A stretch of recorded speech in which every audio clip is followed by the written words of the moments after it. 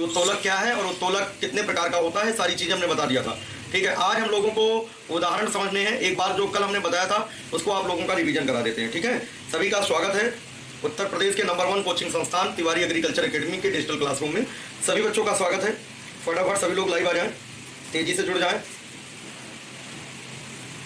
जल्दी से जुड़े सारे लोग।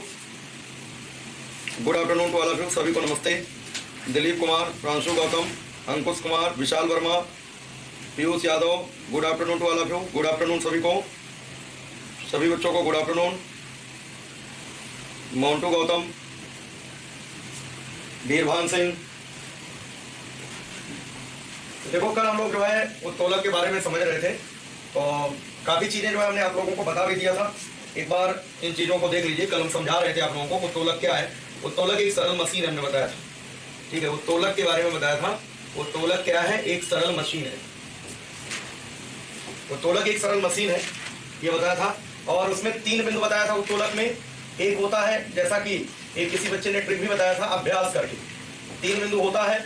एक आ मतलब होता है आलम्ब होता है, और ये जो भा लिखा है इसका मतलब भार होता है, यास का मतलब आयास होता है। इसका मतलब 3 बिंदु होते हैं। एक होता है आपका आलम्ब, दूसरा होता भार या बोझा जिसे लोड कहते हैं, और तीसरा हमने आपको बताया था आयास जिसे बल कहते हैं। ठीक है, आयास जिसे बल कहते हैं। तो कल हमने आप लोगों को बताया था 3 प्रकार के उत्तोलक होते हैं। 1 2 3, 1 2 3। यहां पर हमने लिखा था आलम्ब, सभी को पता होगा आलम्ब, आलम्ब लिखा था। और दूसरा पॉइंट यहां पर लिखा था भार, और तीसरा पॉइंट हमने क्या लिखा था? सारे लोग जुड़ जाए, सभी को नमस्ते। कपिल दुबे, कुलदीप चौधरी, नरेंद्र पाल, अजय कुशवाहा, आदित्य विश्वकर्मा, सभी को नमस्ते। अब सुनिए ध्यान से हमारी बात को। और तीसरा पॉइंट हमने बताया था आयास। आयास को बच्चों बल कहते हैं। आयास का मतलब जो हम लोग बल लगाते हैं उसे आयास कहते हैं। भार का मतलब होता है बोझा या लोड होता है जिसे हम उठाते हैं। और आलम्ब का मतलब है कि वह जो है सरल मशीन जिस बिंदु के सापेक्ष स्वतंत्रता पूर्वक घूम सकती है उसको हम लोग क्या कहते हैं? उसको आलम्ब बोलते हैं। ठीक है, इतनी बात हमने बताया था। नरेंद्र पाल कह रहे हैं आज बारिश हो रही। बेटा बारिश आए भूकंप आए उससे मतलब नहीं, हमने बिजली का प्रबंध करा लिया है यहाँ पर। ठीक है, यहाँ पर विद्युत की व्यवस्था अच्छी हो गई है। अब कभी भी आपकी क्लास जो है डिस्टर्ब नहीं होगी, कभी बाधित नहीं होगी। यहाँ पर लाइट आ जा रही है। ठीक है, अगर जो है व्यवस्था नहीं हो गई होती इलेक्ट्रिसिटी की तो दिक्कत आ जाती है, आपकी क्लास नहीं चल पाती। और अब लगभग आधी पानी आता ही रहेगा। ठीक है, तो आप लोग भी जो है कुछ ऐसा प्रबंध करें, ठीक है, मोबाइल चार्ज करने का।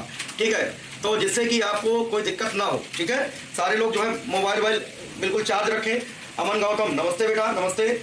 ठीक है, तो आलम्ब भार आयास ये हमने बताया था। देखो जो नंबर यहाँ पर जो लिखा है आलम्ब 1 नंबर पे लिखा है, तो प्रथम वर्ग के उत्तोलक में आलम्ब बीच में होता है।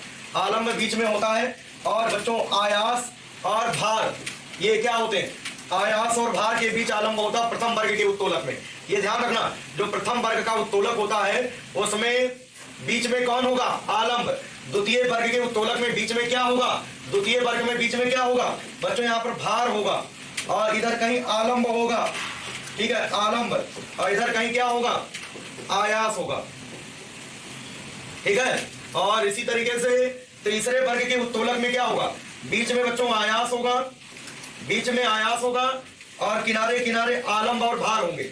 आलम्ब और भार ये प्रथम द्वितीय और तृतीय वर्ग के उत्तोलक कहलाते हैं। ठीक है, रोहित कुमार, अंकुश, गुड आफ्टरनून। गुड आफ्टरनून बेटा। ये हमने कल अच्छे तरीके से आप लोगों को बताया था। उम्मीद है आप सभी को याद होगा ये सब चीजें। ठीक है, बिल्कुल हमने सारी चीजें एक्सप्लेन कर दिया था। ठीक है, ये सब चीजें हमने कल आप लोगों को क्लियर कर दिया था। आप सभी का कॉन्सेप्ट क्लियर हो गया होगा। ठीक है,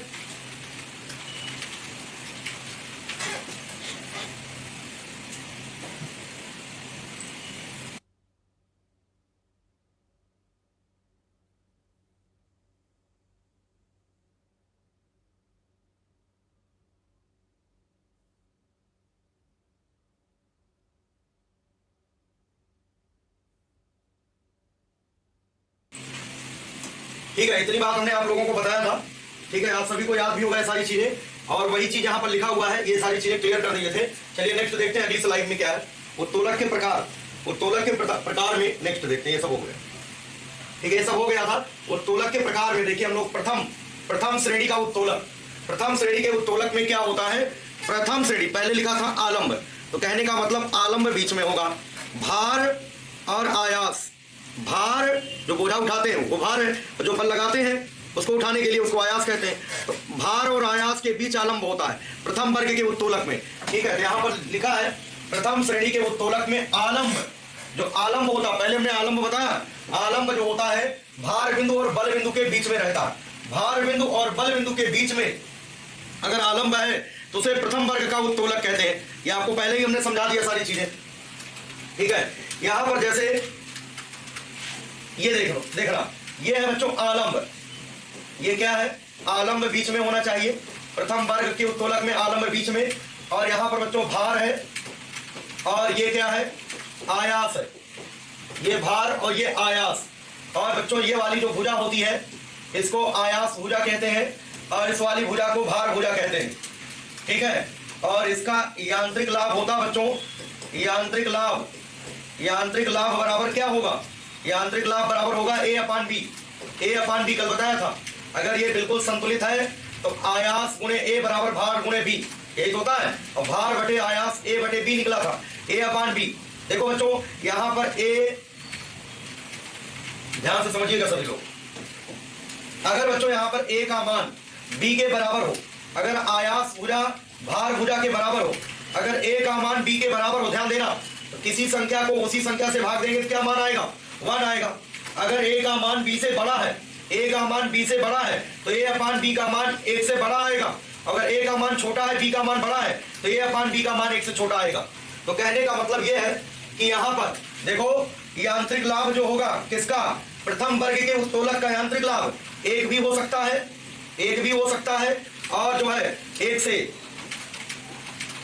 बड़ा भी हो सकता है और 1 से छोटा भी हो सकता है। लेकिन ये ध्यान रखना है यहाँ पर ये संतुलित अगर है, अगर ये बैलेंस है बिल्कुल, तो संतुलन अवस्था में A और B बराबर ही होगा, तो कभी ये कंडीशन नहीं होगी, ये कंडीशन नहीं होगी, ध्यान रखना।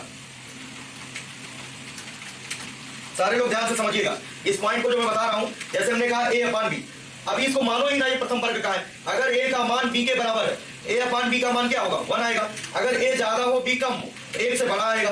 अगर B ज्यादा हो A कम हो, छोटा आएगा। लेकिन बच्चों ये प्रथम वर्ग का उत्तोलक अगर संतुलित है तो ये जो है A और B, ठीक है, अगर बैलेंस है तो A अपान B का मान कितना होगा, 1 हो जाएगा, ठीक है। तो यहां पर इसका अधिक से अधिक मान कितना हो जाएगा, 1, A अपान B। प्रथम वर्ग के उत्तोलक का अगर चित्र बनाए, दूसरे पन्ने में बना दे रहे, यहां जगह नहीं है, यहां पर देखिएगा, देखो प्रथम वर्ग के उत्तोलक का यहां पर चित्र बना दे रहे,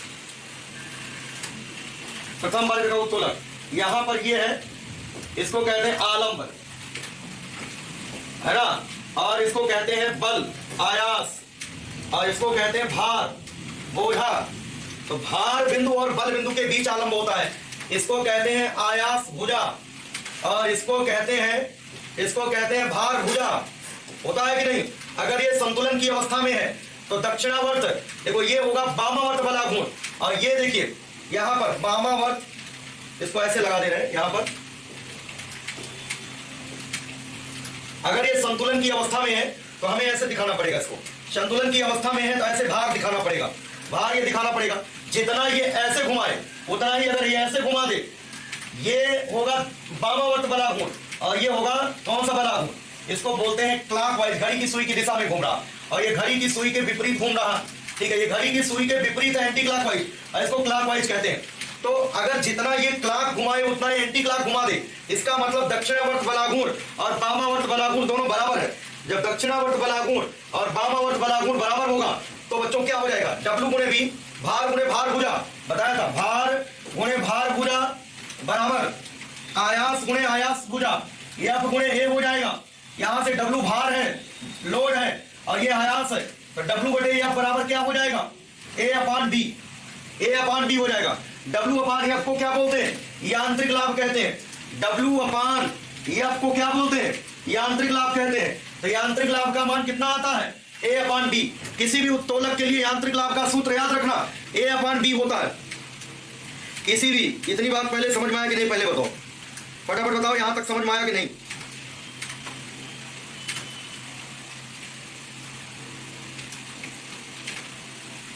अमन अग्निहोत्री, क्या लॉक बेटा शो करता है? आप अपने बैच में जो बैच आपने ज्वाइन किया उस बैच में आपको पीडीएफ मिलेगी, उसी में देखना मिल जाएगा। इधर देखो, यहां पर पहले से याद रखिए W/F को बोलते हैं यांत्रिक लाभ। यांत्रिक लाभ बराबर A/B। उत्तोलक के लिए जो यांत्रिक लाभ होगा वो क्या हो जाएगा? A/B हो जाएगा। समझिए बात कि नहीं? A/B हो जाएगा। इतनी बात सबको क्लियर हो गया होगा? A/B। अब A का मान अगर B के बराबर है, अगर A का मान B के बराबर है तो बच्चों A/B का मान क्या होगा? A/B का मान कितना हो जाएगा? 1। A का मान B के अगर बराबर हो तो A/B का मान क्या होगा? देखो इसी में यदि A बराबर B तो बोलो यांत्रिक लाभ कितना आ गया? 1। दूसरा पॉइंट, अगर A का मान B से बड़ा हो, A का मान B से बड़ा हो तो यांत्रिक लाभ 1 से बड़ा, लेकिन यांत्रिक लाभ का मान 1 से बड़ा हो ही नहीं सकता। क्यों? क्योंकि जो क्षमता है, जो दक्षता है, दक्षता 100% से ज्यादा नहीं हो सकती और 100 भी वास्तव में नहीं हो सकती, 100 से कम ही रहेगी। तो ये पॉसिबल नहीं है कि ऐसा उत्तोलक हो जिसमें A ग्रेटर देन B। यहां पर इस कंडीशन में जिसमें आलम्ब बीच में हो, जिसमें आलम्ब बीच में हो और भार और आयास अगल बगल हो और A का मान B से बड़ा हो, ऐसा पॉसिबल नहीं है। A greater than B possible नहीं है। लेकिन जब A का मान B से छोटा होगा तो यांत्रिक लाभ जो है 1 से छोटा आएगा। इसका मतलब है इस प्रकार के उत्तोलक का जो अधिकतम यांत्रिक लाभ हो सकता है, अधिक से अधिक कितना हो सकता है? 1 हो सकता है। ठीक है, ये आपको ध्यान रखना है। तो देखिए यहां पर देखो, इस श्रेणी के उत्तोलक में यांत्रिक लाभ 1 से कम, जो हम बात कर रहे हैं 1 से कम, 1 या 1 से अधिक प्राप्त हो सकता है। ये हो सकता है, लेकिन इसका अगर प्रैक्टिकली देखें तो हमेशा 1 से कम ही रहेगा। प्रैक्टिकली भाई वो तो डिपेंड करेगा A और B के मान पर, A और B के मान पर डिपेंड करेगा। तो इस श्रेणी के उत्तोलक के यांत्रिक लाभ का मान अगर हो सकता है, ऐसे क्वेश्चन लिखा रहेगा, हो सकता है। अगर हो सकने वाली बात है तो यहां पर 1 भी हो सकता है, 1 से कम भी हो सकता है, 1 से अधिक भी हो सकता है, लेकिन वैसे क्या हो सकता, क्या होगा? 1 से कम ही रहेगा, कुछ ना कुछ जो है कम ही रहेगा, 1 से कम। ठीक है, क्योंकि लाभ जो है 100% हो ही नहीं सकता। तो ये पॉइंट इंपॉर्टेंट है आपके लिए कि हो सकता है। प्रथम वर्ग के उत्तोलक, प्रथम वर्ग लिख लो जरा, प्रथम वर्ग के उत्तोलक का यांत्रिक लाभ 1 या 1 से बड़ा अथवा 1 से कम हो सकता है, अथवा 1 से कम हो सकता है। ये प्राप्त होता वाली बात उतनी सही नहीं है जितना मैं बोल रहा हूं। हो सकता है, जरूरी नहीं होता है ना। 1 भी हो सकता है, 1 से बड़ा भी हो सकता है। ये परिभाषा के अनुसार थ्योरेटिकली, ये थ्योरेटिकल कॉन्सेप्ट है, ये प्रायोगिक रूप से नहीं है, ये सैद्धांतिक रूप से 1 हो सकता है, 1 से बड़ा हो सकता है, 1 से छोटा हो सकता है। वो डिपेंड करेगा A/B के मान पर, वो डिपेंड करेगा A/B के मान पर। ठीक है, इतनी बात समझ में आ गया होगा सबको। ठीक है, उदाहरण हमने 3 उदाहरण आपको बताया था। हमने कहा याद रखना कैंची याद रखना, और ये तो पहला उदाहरण। दूसरा हमने कहा था सरवता याद रखना, सरवता, और तीसरा पॉइंट आपको चिमटा याद रखना है। ये 3 उदाहरण आपको याद रखने हैं। क्या क्या? कैंची, सरवता, चिमटा। कैंची,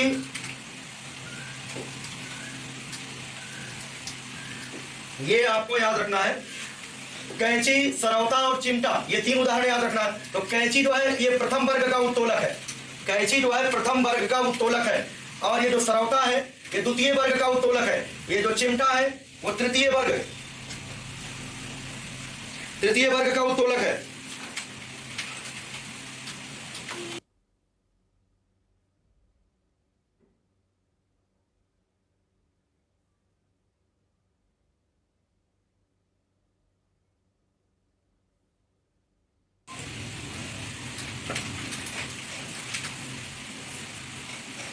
ठीक है, तो अब जैसे देखो उत्तोलक एक सरल मशीन होती है, एक सीधी छड़ होती है, समझ गए बात? उत्तोलक यही होता है। लेकिन जो आपकी कैंची है वो इस तरीके से कुछ होती है, कैंची इस तरीके से कुछ होती है, समझ गए बात? कैंची इस तरीके से होती है।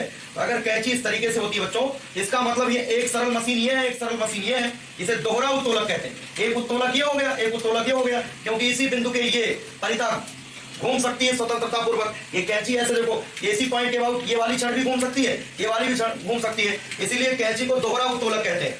ठीक है, ये दोहरा उत्तोलक है। उदाहरण है ये प्रथम वर्ग के उत्तोलक का।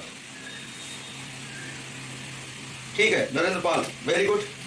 उदाहरण याद रखिएगा, कैंची हो गया, कैंची हो गया, भौतिक तुला हो गया, बच्चों के झूलने का तख्ता हो गया, जिसको सीसा कहते हैं, जिसको क्या बोलते हैं, सीसा कहते हैं, कैंची हो गया। अब जैसे मान लो तराजू है, तराजू इस तरीके से होता है, तराजू है, ये तराजू है बच्चों, ठीक है। यहां पर देखो, एक तरफ बल होता है आयास, एक तरफ भार होता है, एक तरफ वस्तु को रखा जाता है बोझा को, और एक तरफ जो है बाट रखा जाता है। तो बाट, एक तरफ बाट रखेंगे, एक तरफ वो बोझा होगा जिसको तौल रहे हैं, और यहां पर ये आलम्ब होता है। तो ये भौतिक तुला या तराजू की बात करते हैं। इसमें बल, आयास और भार के बीच में जो है आलम्ब है, ये प्रथम वर्ग का उत्तोलक है। ऐसे जो है बच्चों के झूलने का जो तख्ता है, ठीक है, ये इस तरीके से होता है। यहाँ पर एक बच्चा इधर बैठता है और एक इधर बैठता है। अगर ये भारी होता तो नीचे जाता है, ये ऊपर जाता है। इस तरीके से झूला झूलने का जो है, ठीक है, सिस्टम रहता है। ये जो है एक तरफ भार होगा, एक तरफ आयास होगा, और ये वाला जो पॉइंट होता है इसको हम लोग क्या बोलते हैं, आलम्ब बोलते हैं। क्या बोलते हैं, ठीक है, समझ में आ गया सबको। तो ये हो जाएगा, उदाहरण हम बता रहे हैं आप लोगों को, प्रथम वर्ग का उत्तोलक। प्रथम वर्ग के उत्तोलक में खासकर कैंची, कैंची हो गया, ठीक है, प्लास हो गया, और यहां पर तराजू हो गया, ये सब प्रथम वर्ग के उत्तोलक है, ठीक है। ये ध्यान रखना, प्रथम वर्ग, कैंची हो गया और प्लास हो गया, तराजू हो गया। इसी तरीके से एक और होता है सरसी हो गया, पता नहीं सरसी जानते हो कि नहीं जानते हो, ये इस तरीके से होता है,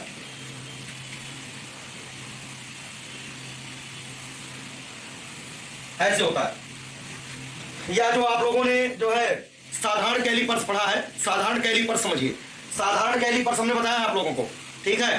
साधारण कैलिपर्स जो होता है, ये भी जो है जैसे किसी जो है गोलीय वस्तु का व्यास मापना है साधारण कैलिपर्स की सहायता से, तो ये भी एक तरीके से क्या है, प्रथम वर्ग का उत्तोलक है, ठीक है। यहाँ पर देखो आलम्ब इसका बीच में, जब आलम्ब बीच में हो, भार किसके किसके बीच में हो, भार और आयास के बीच में हो, तो उसको बोलते हैं प्रथम वर्ग। ये बताओ प्रथम वर्ग समझ में आ गया।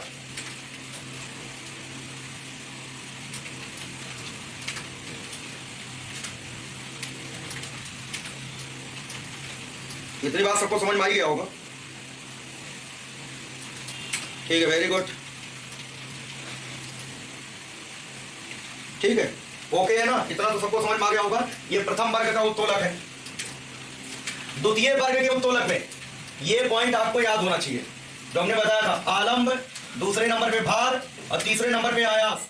तो जब आयास और आलम्ब के बीच भार होता है तो द्वितीय वर्ग का उत्तोलक होता है, ठीक है, द्वितीय वर्ग का उत्तोलक होता है। और तृतीय वर्ग के उत्तोलक में क्या होता है, जब आलम्ब और भार के बीच आयास होता है, आलम्ब और किसके बीच, आलम्ब और भार के बीच आयास होता है, तो उसे क्या बोलते हैं, उसे बोलते हैं तीसरे वर्ग का उत्तोलक। जैसे हमने आपको जो है चिमटा बताया, देखो चिमटा है, यहां पर रसोई का चिमटा, यहां पर इससे पकड़ते हैं भार को, बोझ को यहां पर पकड़ा जाता है, और ये होता है बच्चों आलम्ब, आलम्ब ये होता भार, और ये होता आलम्ब, ठीक है, आलम्ब, और यहां पर हम लोग दबाते हैं, यहां होता आयास। जब आयास आलम्ब और भार बिंदु के बीच में होता है तो इसको हम बोलते हैं कौन से वर्ग का, तृतीय वर्ग का उत्तोलक है, ये थर्ड का है, ठीक है। इसी तरीके से जैसे स्टेपलर, स्टेपलर मशीन जो है,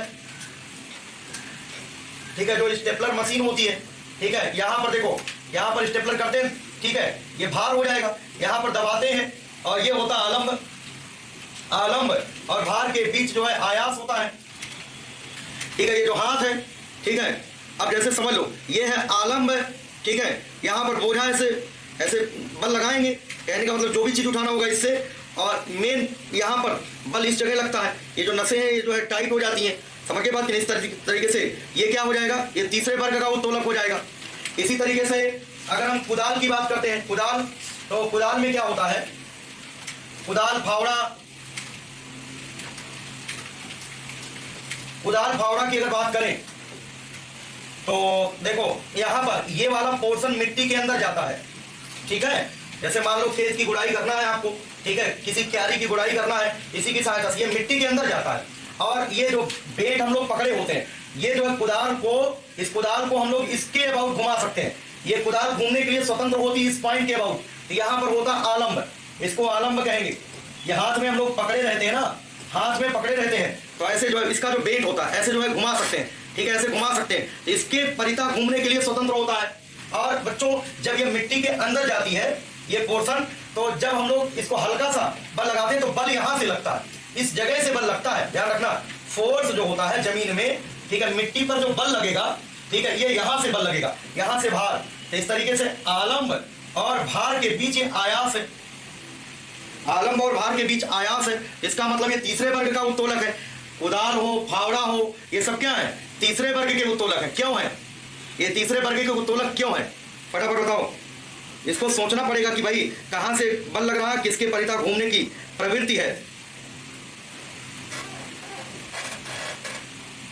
जैसे मान लो ऐसे होता है, ऐसे होता है जो है कुदाल इस तरीके से होता है, तो जैसे मान लो हम लोग ऐसे मिट्टी में मारते हैं ऐसे, तो जो बेट हम लोग पकड़े रहते हैं उसी के चारों तरफ तो घुमा सकते हैं आसानी से, ये यही तो फिक्स, ये होता आलंब, ठीक है। और जब ये अंदर में मिट्टी के अंदर मान लो बहुत जो है टाइट मिट्टी है, और उसके अंदर जब ऐसे कुदाल या फावड़ा से ऐसे मारेंगे तो वो मिट्टी को ऊपर उठाएगा, तो इसके बाद बेट की सहायता से हमको हल्का सा प्रेशर लगाना होगा। प्रेशर जो है बिल्कुल उसके जो उसका एरिया होता है, सरफेस एरिया, जैसे मान लो उसकी बात करते हैं फावड़े की, तो उसका जो सरफेस एरिया होता है ज़्यादा होता है, वो चौड़ा होता है, तो उससे जो है नीचे प्रेशर लगता है। समझ गए बात कि नहीं। अगर हम लोग जो है फावड़े की बात करते हैं, ये वाली चीज़ जो है चौड़ा होता है, उसका यहाँ पर ये चौड़ा होता है, तो ये तो मिट्टी के अंदर जाता है, यहीं से जो है ये जो है मिट्टी की पपड़ी निकलेगी, इसी के माध्यम से भार उठेगा, और लेकिन ये वाला पोर्शन बल आरोपित करता है, यहाँ से बल उस पर लगेगा, तो ये आयास हो गया।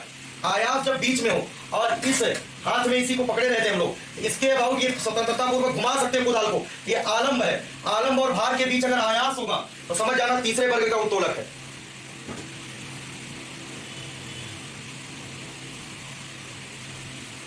ठीक है, इतनी बात सबको समझ में आ गया होगा, ये तीसरे वर्ग का उत्तोलक है। चलिए स्लाइड में देखते हैं अब, ठीक है।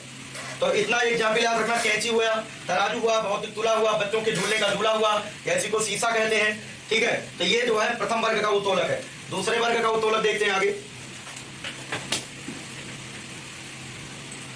ठीक है। सागर त्रिपाठी, आयास आलम, ठीक, बिल्कुल सही है। हाँ, तो देखिए दूसरे प्रकार का उत्तोलक, द्वितीय श्रेणी का जो उत्तोलक है उसकी बात समझ लीजिए। द्वितीय हमने बता दिया, द्वितीय में भार बीच में रहेगा। कहने का मतलब यह है कि आयास और आलंब के बीच भार होता है, ठीक है। यहां पर देखिए द्वितीय श्रेणी के उत्तोलक में भार बिंदु आलंब और आयास बिंदुओं के बीच में रहता है। भार बिंदु आलंब और आयास बिंदुओं के बीच में रहता है। समझिए बात कि नहीं। अब देखो यहां पर इंपॉर्टेंट है, यहां पर चित्र बना के दिखा दे रहे हैं। जैसे हम कह रहे हैं भार, यहां पर बच्चों भार हो गया, ये भार हो गया, और यहां कहीं मान लो आलंब है, ये क्या है, आलंब है, और ये क्या होगा, आयास होता है, आयास होता है। यह आयास मतलब बल, और यहां से आलंब से आयास तक ये होता है बच्चों आयास भुजा। ये क्या होता है, आयास भुजा होता है। और ये वाली यहां भार से आलंब तक की दूरी को इसको भार भुजा कहते हैं। ये भार भुजा है, ये आयास भुजा है, ऐसे समझना। यही तो है द्वितीय प्रकार का उत्तोलक। द्वितीय वर्ग का उत्तोलक में क्या होता है, आलंब और आयास के बीच भार होता है, आलंब और आयास के बीच भार होता है, इतना आपको ध्यान रखना है। अब ये आयास है, आलंब से आयास तक की दूरी को आयास भुजा कहते हैं, और आलंब से भार तक की लंबाई को इसको भार भुजा कहते हैं। तो ये ए है, ये बी है। अब यांत्रिक लाभ क्या होता है, ए अपान बी को यांत्रिक लाभ कहते हैं, ए अपान बी को यांत्रिक लाभ कहते हैं। तो यहाँ पर देखो ए का मान ज्यादा है और बी का मान कम है, हमेशा ए ज्यादा होगा बी कम होगा, हमेशा ए ज्यादा होगा बी कम होगा। तो अगर ए ज्यादा है और बी कम है तो अनुपात एक से बड़ा आएगा। तो कहने का मतलब है द्वितीय वर्ग का जो उत्तोलक होता है उसके लिए यांत्रिक लाभ सदैव एक से बड़ा होता है, यांत्रिक लाभ हमेशा एक से बड़ा होगा।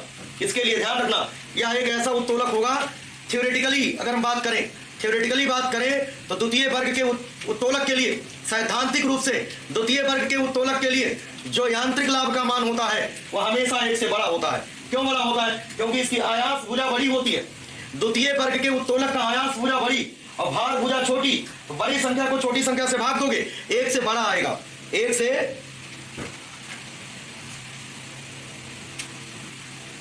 ठीक है, नरेंद्र पाल खुरपा भी जो है तृतीय वर्ग का उत्तोलक।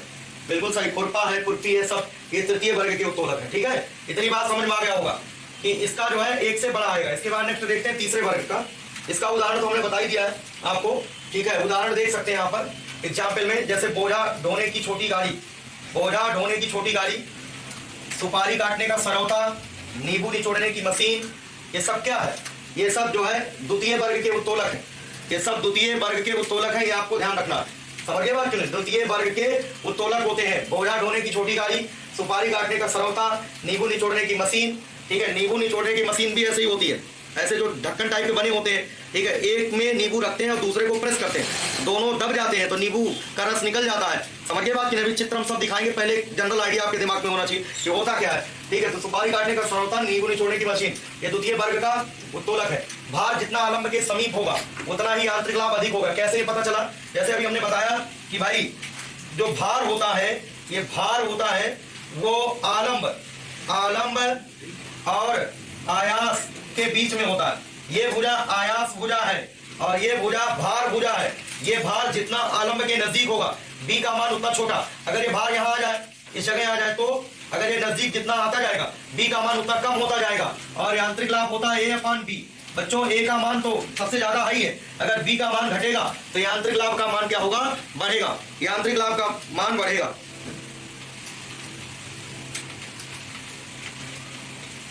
ठीक है, इतनी बात समझ में आ गया होगा सभी लोगों को, किसी को कोई दिक्कत नहीं है। ठीक है, भार जितना आलंब के नजदीक होगा उतना ही बी का मान कम होगा। देखो लिखा, भार जितना आलंब के समीप होगा उतना ही यांत्रिक लाभ अधिक होगा। क्यों? क्योंकि बी का मान उतना छोटा हो जाएगा।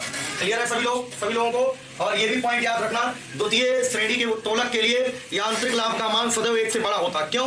क्योंकि भार भुजा छोटी होती है और आयास भुजा बड़ी होती है। आयास भुजा की लंबाई ज्यादा है। पूछा जाए द्वितीय श्रेणी के उत्तोलक में यांत्रिक लाभ सदैव एक से बड़ा होता है। क्यों? तो आप यही कहोगे कि आयास भुजा जो होती है वो बड़ी होती है और जो भार भुजा होती है वो कम होती है। अगर पूछा जाए कि द्वितीय वर्ग के उत्तोलक का यांत्रिक लाभ बढ़ाने के लिए क्या करना होगा, तो आप कहेंगे भार भुजा छोटी होनी चाहिए, भार आलंब के समीप होना चाहिए। भार जो है आलंब के समीप होना चाहिए।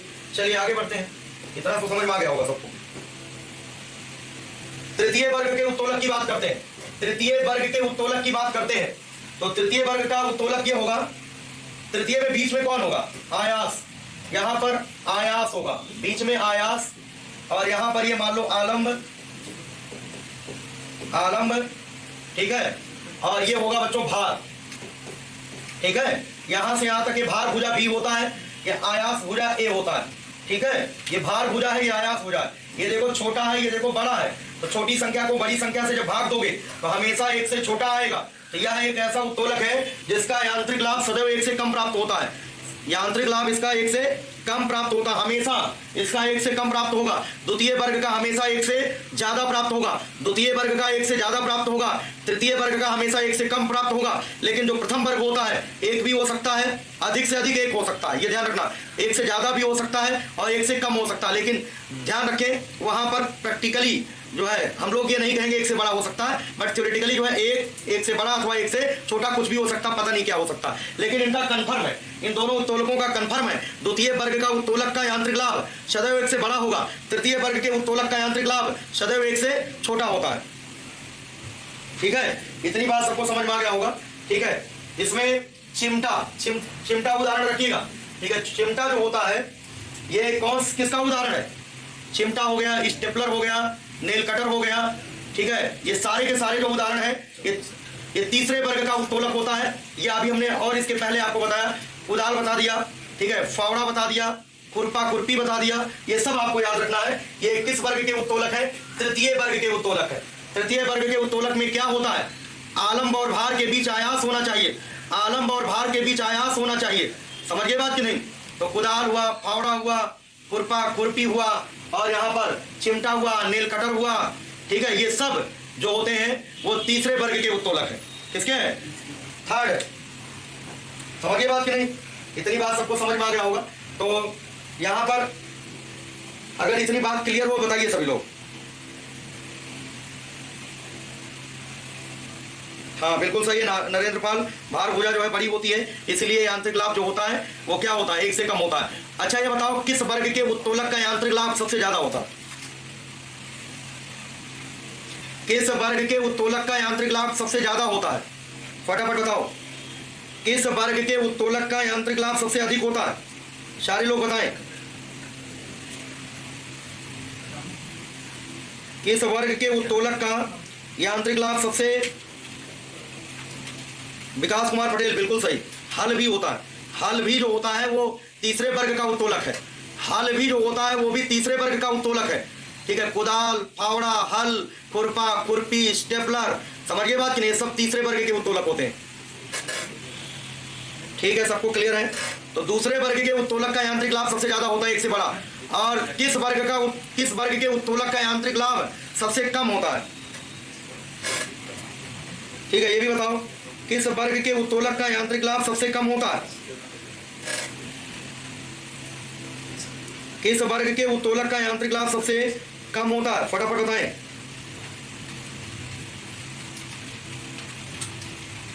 दूसरे वर्ग के उत्तोलक का यांत्रिक लाभ सबसे ज्यादा और किसका सबसे कम? अमन गौतम, वेरी गुड। तीसरे का सबसे कम होता है, ये क्लियर रहता है। ठीक है, ठीक है, सभी का क्लियर है। अच्छा, अब एक क्वेश्चन कभी कभी ये आ जाता है फार्मूला, इसमें ज्यादा हम लोगों को रचना नहीं पढ़ना है। जैक स्क्रू का पूछ लिया जाता है। ठीक है, इसके यांत्रिक लाभ का जो सूत्र पूछा जाता है, ये वाला जो फार्मूला है, बस इतना ही आपको पढ़ना, ज्यादा नहीं पढ़ना। जैक स्क्रू का काम क्या है? मोटर कार की बॉडी को ऊंचा उठाने के लिए जैक स्क्रू का उपयोग किया जाता है। ठीक है, जो मोटर गाड़ियों की बॉडी है उसको ऊपर उठाने के लिए जो हम लोग जैक स्क्रू का उपयोग करते हैं। और जैक स्क्रू के लिए पूछा जाता है यांत्रिक लाभ का सूत्र क्या होता है। बस एक ही क्वेश्चन यही बनता है, ये वाला मोस्ट इंपॉर्टेंट क्वेश्चन है। यही क्वेश्चन पूछा जा सकता, नहीं तो कभी पूछा ही नहीं गया है। जैक स्क्रू का यांत्रिक लाभ का क्या सूत्र होता है? वैसे इसको याद रखिएगा। ठीक है, 2πL/H। 2πL/H, एल का मतलब होता है जो हैंडल होता है जिसको घुमाते हैं, जो हैंडल होता है घुमाते हैं, ऐसे हैंडल होता है उसमें जैक स्क्रू में, और इसी को घुमाया जाता है। ठीक है, वो होता है यल। ये लंबाई जितनी होती है उसको कहते हैं यल। और ये जो एच होता है इसको चूड़ी अंतराल कहते हैं। तो उनकी चूड़ियां वो ऊपर उठता जाता है, ऊपर भरता जाएगा, उसमें ऐसे घुमाते जाएंगे तो वो ऊपर उठाता जाएगा बॉडी को। समझिए बात कि नहीं? तो यल का मतलब हैंडल की लंबाई होती है, हत्थे की लंबाई होती है। और एच का मतलब चूड़ी अंतराल होता है, दो चूड़ियों के बीच की दूरी। सभी लोगों ने जैक स्क्रू सभी ने देखा होगा, कोई ऐसा नहीं जिसको पता नहीं होगा, सब लोगों ने देखा होगा। तो जैक स्क्रू का काम याद रखिए, मोटर कार की बॉडी को ऊंचा उठाने के लिए जैक स्क्रू का प्रयोग किया जाता है। समझिए बात कि नहीं? जैक स्क्रू का यांत्रिक लाभ का सूत्र याद रखिएगा, 2πL/H। 2πL/H याद रखिए, 2πL/H। एल का मतलब हैंडल की लंबाई, जैक स्क्रू के हैंडल की लंबाई। एच का मतलब दो लगातार चूड़ियों के बीच की दूरी। एच को चूड़ी अंतराल कहते हैं, ध्यान देना। इसे पिच भी कहा जाता है। चूड़ी अंतराल का एक नाम और है पिच है, जो कि हम लोग पहले पढ़ चुके हैं, स्क्रू गेज में हमने आपको बताया था। ठीक है, स्क्रू गेज में बताया था, उसी तरीके का ये भी होता है। जैक स्क्रू में हैंडल की लंबाई जितनी ज्यादा होगी, अगर हैंडल की लंबाई बढ़ाओगे तो यांत्रिक लाभ बढ़ेगा, और चूड़ी अंतराल अगर कम होगी तो यांत्रिक लाभ ज्यादा होगा। तो कहने का मतलब जैक स्क्रू का हैंडल की लंबाई बढ़ाने से क्या होगा? यांत्रिक लाभ बढ़ेगा, और चूड़ी अंतराल कम करने से यांत्रिक लाभ बढ़ेगा। तो चूड़ी अंतराल कम होगी तो यांत्रिक लाभ ज्यादा रहेगा, और हत्थे की लंबाई, हैंडल की लंबाई अगर ज्यादा होगी तो भी यांत्रिक लाभ क्या होगा? ज्यादा होगा। शिवम कुमार, बिल्कुल, वेरी गुड, बढ़िया। ठीक है, तो समझ में आ गया होगा। सिर्फ आपको जैक स्क्रू का यांत्रिक लाभ का सूत्र आपको याद रखना है, 2πL/H। ठीक है, 2πL/H। एल का मतलब होता है हैंडल की लंबाई, एच का मतलब चूड़ी अंतराल होता है। ठीक है, मोटर कार की बॉडी को ऊपर उठाने के लिए, ऊंचा उठाने के लिए जिस युक्ति का इस्तेमाल किया जाता है उसे जैक स्क्रू कहते हैं। जैक स्क्रू के लिए यांत्रिक लाभ का जो सूत्र होता है 2πL/H होता है। एल को हैंडल की लंबाई कहते हैं, एच को चूड़ी अंतराल कहते हैं। इतना याद हो गया होगा। ठीक है, ये कभी आया नहीं है, लेकिन हो सकता है आपके एग्रीकल्चर वाले पोर्शन में आ जाए। ठीक है, फिजिक्स में दिया गया, एग्रीकल्चर इंजीनियरिंग में आ सकता है। ठीक है, जैक स्क्रू का यांत्रिक लाभ 2πL/H। ठीक है, 2πL/H। देखो, जो भी सवाल पूछा जाता है वो यहां से जो है पूछा जाएगा उत्तोलक से, और वो भी उदाहरण, कोई परिभाषा पूछी नहीं जाती। चलिए आगे देखते हैं।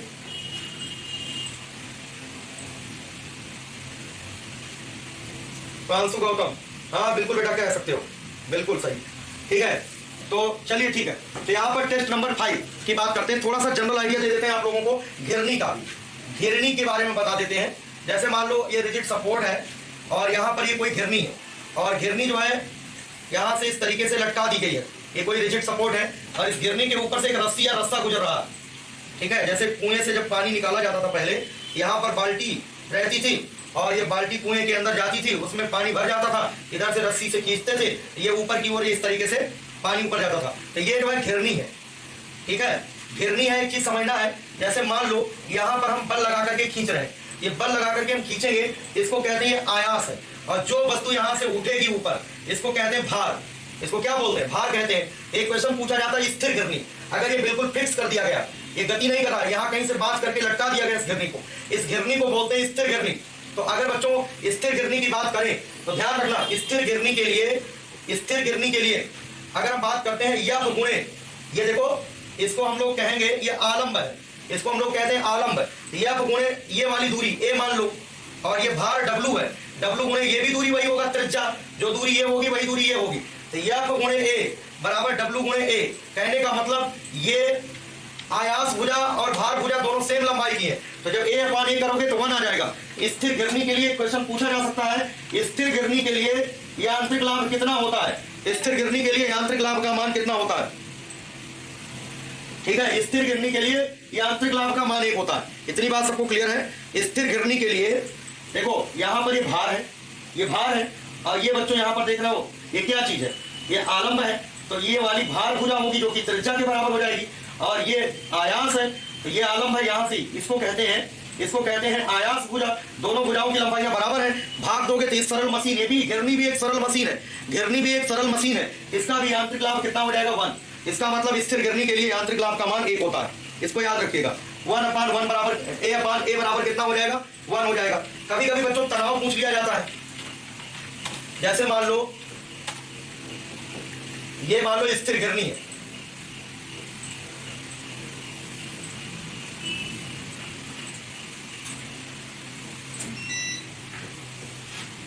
ये मान लो इसकी रस्सी में तनाव, T है, ठीक है। इतना बात समझ में आ गया? क्लियर है?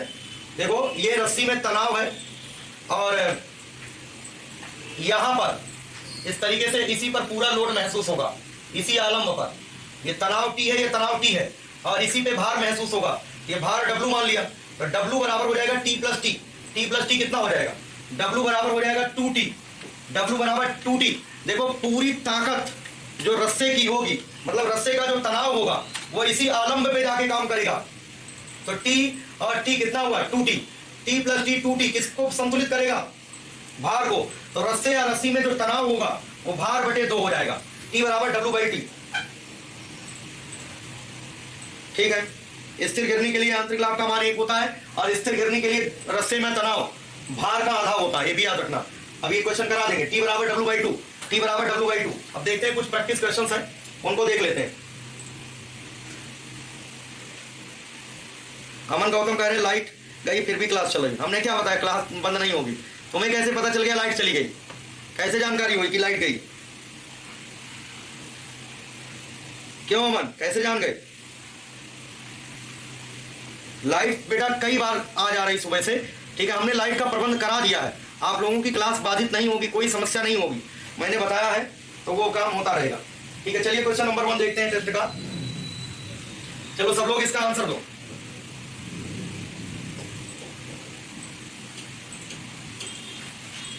हाँ, इस क्वेश्चन का आंसर बताएं सभी लोग, देखते हैं कितने लोगों ने। ठीक है बेटा अमन, लाइट तो चली गई है लेकिन बोर्ड भी नहीं बंद हुआ, ये भी देख रहे हो।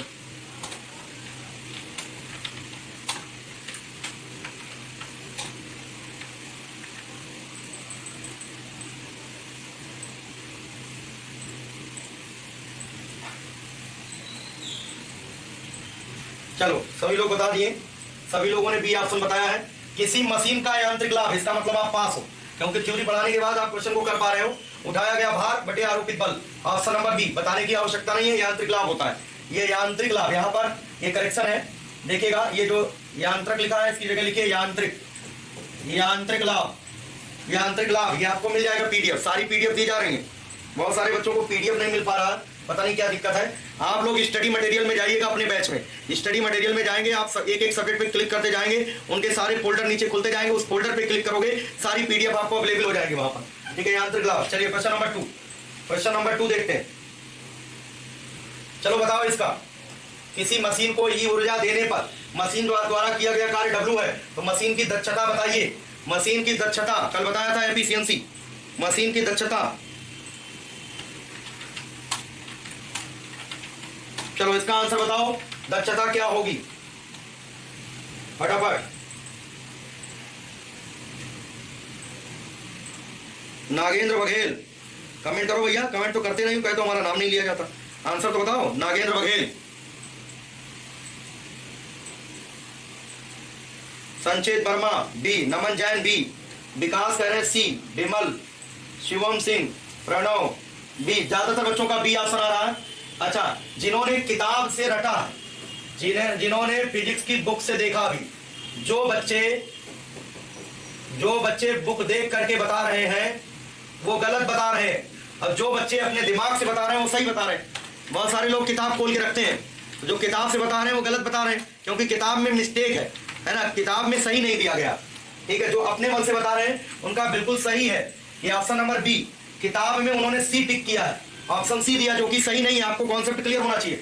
मशीन की दक्षता कल बताया था, W/E होता है। ठीक है, आउटपुट अपान इनपुट, आउटपुट कार्य होता है, इनपुट ऊर्जा देते हैं, W/E को दक्षता कहते हैं। ठीक है, चलिए आगे बढ़ते हैं। नेक्स्ट क्वेश्चन,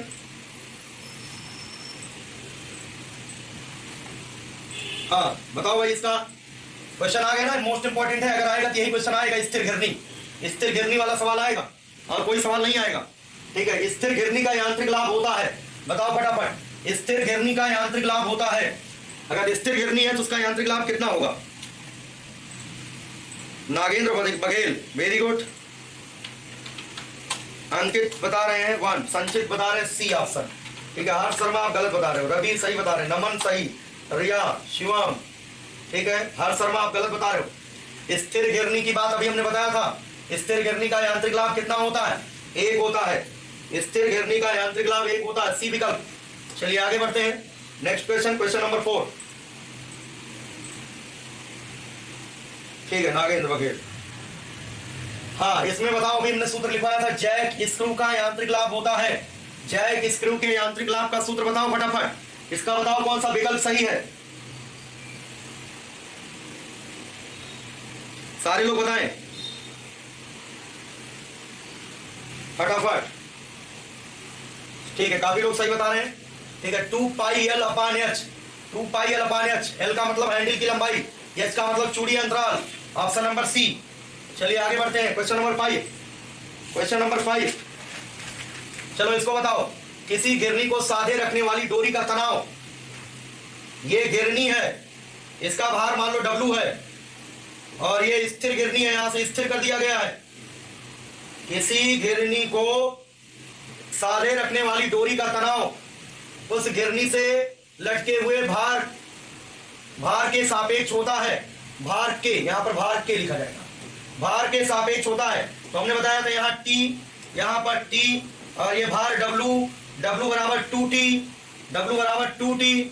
ठीक है, पूछा गया तनाव का मान, T बराबर क्या हो जाएगा, W/2, तो T बराबर W/2 हो जाएगा। ठीक है, आधा, भार का आधा। ठीक है, किसी गिरनी को, कोई गिरनी है, उसका भार मान लो W है।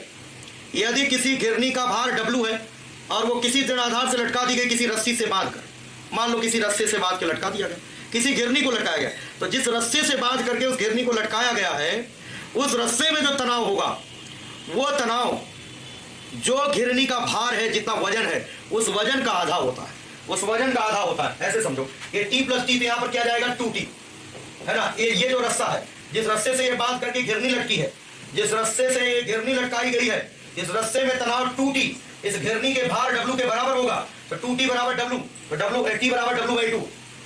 ठीक है, ऑप्शन नंबर ए। अब गलती ना करना अगर ये क्वेश्चन रिपीट हो एग्जाम में। चलिए, वैसे यही सारे क्वेश्चन आएंगे, बिल्कुल इनको रट लो। अगला सवाल, क्वेश्चन नंबर 6। चलिए क्वेश्चन नंबर 6 बताइए। सभी लोग क्वेश्चन नंबर 6 बताएं।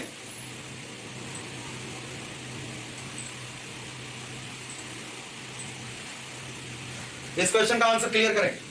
यदि हम किसी उत्तोलक पर कम बल लगा करके अधिक भार उठाना चाहते हैं तो इसके लिए आवश्यक है, इसके लिए क्या आवश्यक है,